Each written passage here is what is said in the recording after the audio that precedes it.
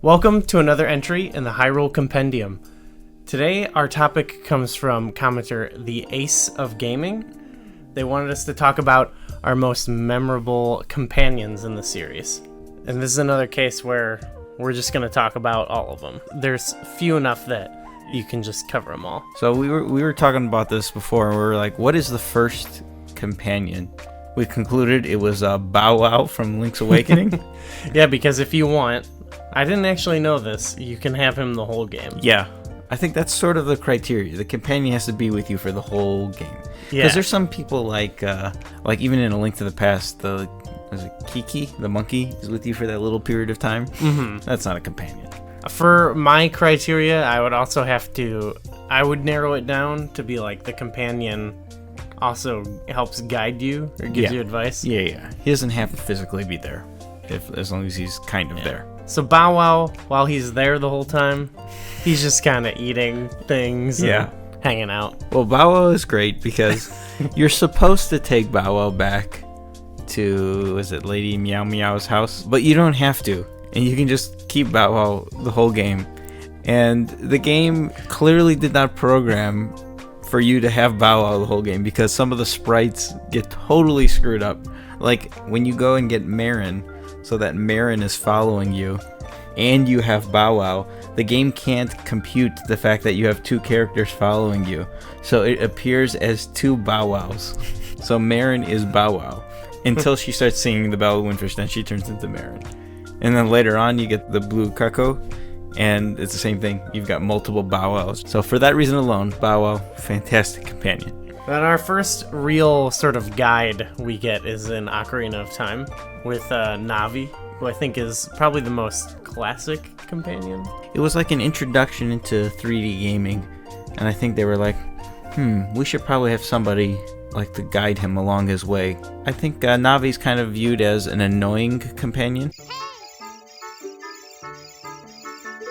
But this is a theme throughout the entire series with companions. So my opinion is that they're not actually that annoying, but the second or third or fourth, fifth time you play the game, you already know the information. Maybe it's a little frustrating and redundant. Yeah, when it tells you, you have a small key. Oh, by the way, there's a locked door. That, you probably would have figured it out anyway. But Right. There are certain tidbits that Navi tells you, like, I wonder what Saria would think about this, or something like that, where the first time I was playing, I can imagine that would have been really helpful. I think it would have been nice if they just had all of that information, except just don't, let her shout at you. You have to press the button, and you can talk to her at any time, which you can, but they should just make that the default. Because then when it's flashing, you feel like you have to talk to her. But there's almost like an affinity people have for Navi now. Yeah. Even if it is to talk about how annoying she is. I remember thinking Navi was annoying, but then more games came out, and I realized that Navi is not nearly as annoying as some of the other characters. That actually would bring us to our next companion in Majora's Mask, Tatl. Yeah, I like that Tatl and Tail, they had like a friendship. They were almost like bully fairies for a while, because they were like following the Skull Kid around. Yeah, it was cool to see like the backstory. I love that scene of when they meet Skull Kid.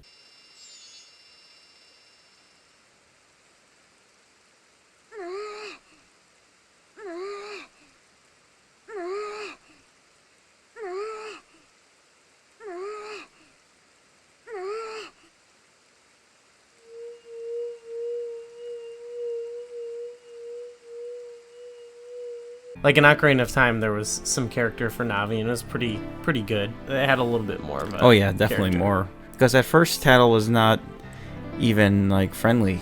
Yeah, it was like, okay, well, whatever, open this door for me. And then it was like, okay, I'm sorry. Like, let's get out of here. And then, whatever, we'll go our separate ways. They realize they need you to get to their brother, and then they see how their sibling is being abused by Skull Kid and the evil of Skull Kid, and they're like, okay, now let's team up. So there is like even a mini arc there. Other than the very beginning of the game and the very end of the game, I would say Tatl, other than that, is identical to Navi. Throughout the bulk of the quest. A little more sarcastic sometimes, but generally speaking, it's the same character. So I think that brings us all the way to Wind Waker. We have sort of had two semi-companions in the form of the King of Red Lions and Tetra. The King of Red Lions, you're there with him almost the whole game. I actually think the King of Red Lions, up until the reveal, was not a very interesting character. And then when we find out that, spoilers, in case for those of you that haven't played Wind Waker, you should play it, it's a good game. It's the King of Hyrule. Generally speaking, this didn't feel like a companion that was like holding your hand or anything. You were more independent, it seemed. Yeah, it felt like the frequency at which they talk to you was a lot less. It would really only be for like key moments. Like what comes to mind is when you first get to Forsaken Fortress and they're like they tell you the objectives of the dungeon, basically. It's one of the few times I can even remember. I know that it happens throughout, but... Yeah, same. I know there are other times, but I can't think of it. This brings us to the next companion, which I think is the most annoying companion in the whole series. And it's Ezlo from the Minish Cap. Ezlo interrupts your gameplay more than anybody in any series. In any of the other games. That's intentional almost in this, though. Because the first time you meet him, they establish that he's like that because you walk, right? You walk like a couple pixels, and he interrupts you. Walk again, and then he eventually jumps on your head. That was pretty funny, actually. Maybe this is one of those cases where the first time you play it, it's okay, but as reoccurring playthroughs of the game, I think it just interrupts gameplay too much. Or at least as I'm remembering it, when he talks, he doesn't just say one line. He has like paragraphs of text at times, and smashing the A button. He had outside of that, he had a pretty interesting backstory. It doesn't really come into play towards the end. Till really late in the game, yeah. So it was a good transition then to what I think is the best companion, and that is Midna. Midna was to me, we were talking about the story of Tatl and how there was actually some character development there, and they didn't want to work with you at first. This was like that, but taken even further, I think. Yeah, I argue that the story of Twilight Princess is almost the story of Midna for a good portion of it. Yeah. It's her story. This is the title of the game, even. Yeah. She's got her own personality. She plays pranks on Link a little bit. Mm-hmm. I love seeing her with the sword and shield after Wolfling gets it. Oh, right. Yeah. What are these things for? She's almost, I wouldn't say evil. You don't know for sure what her intentions are, motives are in the beginning of the game. It's less of Tatl, where she's a bully, and more straight on should I even be helping this person? I think one of the most iconic scenes now is when you're running to save her. Oh yeah, and the music is playing. Midna's Lament, that song. That's one of the most epic scenes, I think, in the game. And of course the ending of the game is so sad.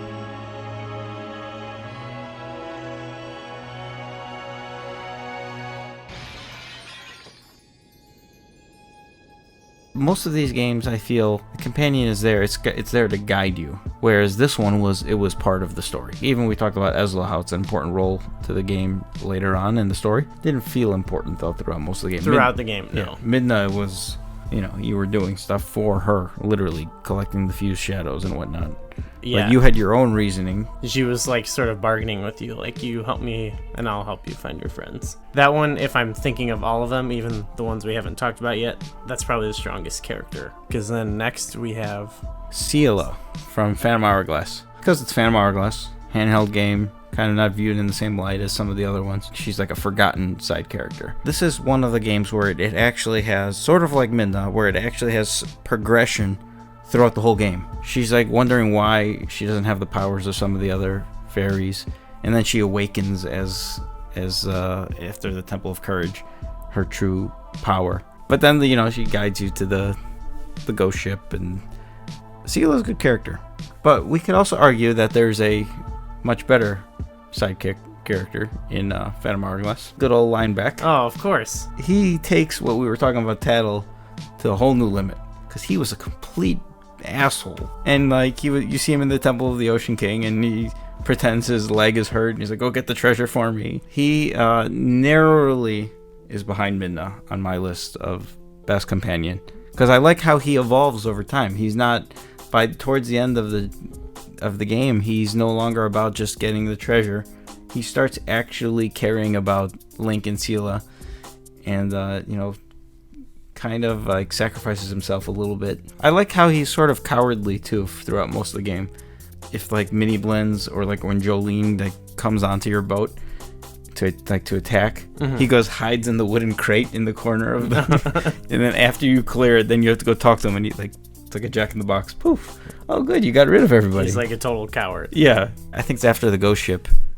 Zelda she has the frozen statue or stone statue, and there's like a cutscene playing with Link talking to Oshus, and then like Linebeck is getting bored a little bit, and he starts leaning up and leans up on the statue of Zelda. And then the statue falls over. Oh my and then goodness. he goes and like picks it up and puts it back, like hoping Link and Oshus didn't see. That's great. That's good comedy. Yeah. Oh, it's fantastic. Does that bring us to what rivals a lot of people's minds for the most annoying? Fi? Yeah. What are your thoughts on Fi? You know, a lot of people don't like Fi because of the constant information, and I can't really think of like if it's more so than other games.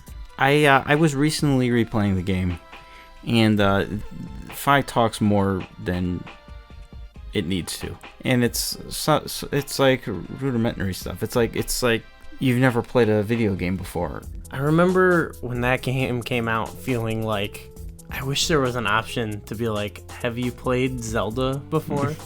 And you can hit yes, and then it'll decide how much she talks to you. Okay.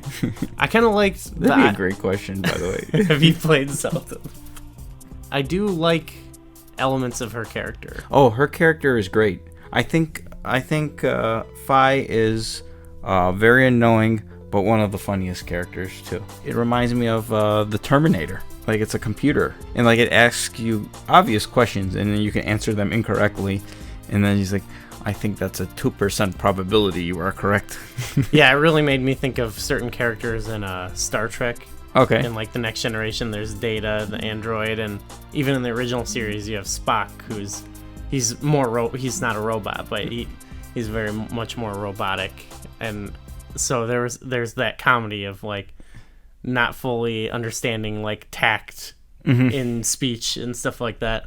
I have good news. Oh? Keiko has made a decision designed to increase her happiness. She has canceled the wedding. She what? And there was also in her story, there was some element of sadness in the end. She begins to understand, like she can't compute emotion, but like she starts to understand, like she starts becoming more self-aware of those elements towards the end of the game, and it's very much reminds me of like I mean they're like the Terminator. Arnold Schwarzenegger's character, John Connor's crying in a scene, and he's like, "What's wrong with your eyes?" Because he can't compute emotion. So it was almost like a direct correlation, I think, with Fi. One last thing about Fi, carried all the way over to Breath of the Wild. It was in one of the memories, I think, the Master Sword. It starts. You hear the Fi like chime almost. Like you can hear Fi in the, you know. Zelda makes reference to it, right? Legend says that an ancient voice resonates inside it. Can you hear it yet, hero? I think the annoyingness of Fi comes from more so the game, like reminding you things. Well, you know, telling you your batteries are low. Yeah. Or you've been playing too long. Why don't you save? Like, I'm willing to like excuse that because I know it isn't meant to have bearing on like her character, if that makes sense. Right. Yeah. So yeah, I really like Fi despite being one of the most obnoxious ones. And we haven't had any since then, right? Well, no. In Spirit Tracks, there's sort of Zelda, right? Yeah, I guess that counts. She was okay. She had some personality. I like she was like the hulking beast, but that's scared of rats. Some argue that's the best incarnation of Zelda because she's so active throughout the whole, game. She has more dialogue in Spirit Tracks than any other Zelda game. In Breath of the Wild, they wanted to go with you're kind of more out there on your own. But they do have some element of it in the Divine Beasts. Yeah. Very small. Right. They tell you where to get the map, and then they cheer you on every time you get a terminal. They're like, you can do this. And also you hear from Zelda once in a while. So yeah, those are our favorites. favorites. Well, we went through all of them. Yeah. Those are all of the companions? Those are all of the companions. I guess if there are any that you possibly think could qualify, let us know. But I think that's the definitive companion list. Let us know in the comments what other topics you'd like us to discuss. Like the video and subscribe if you enjoyed it. And thanks for watching. Hey everybody, thanks again for watching. If you want to check out down below in our description, we'll have links to all our various social media accounts. Also, if you'd like to click the subscribe icon right here, you'll get notifications on when we have new videos. Hopefully they'll be a little less annoying than some of the companions we discussed. And if you like this video, maybe you'll like some of these other videos we have over here. Check them out, and hopefully we'll see you again next time.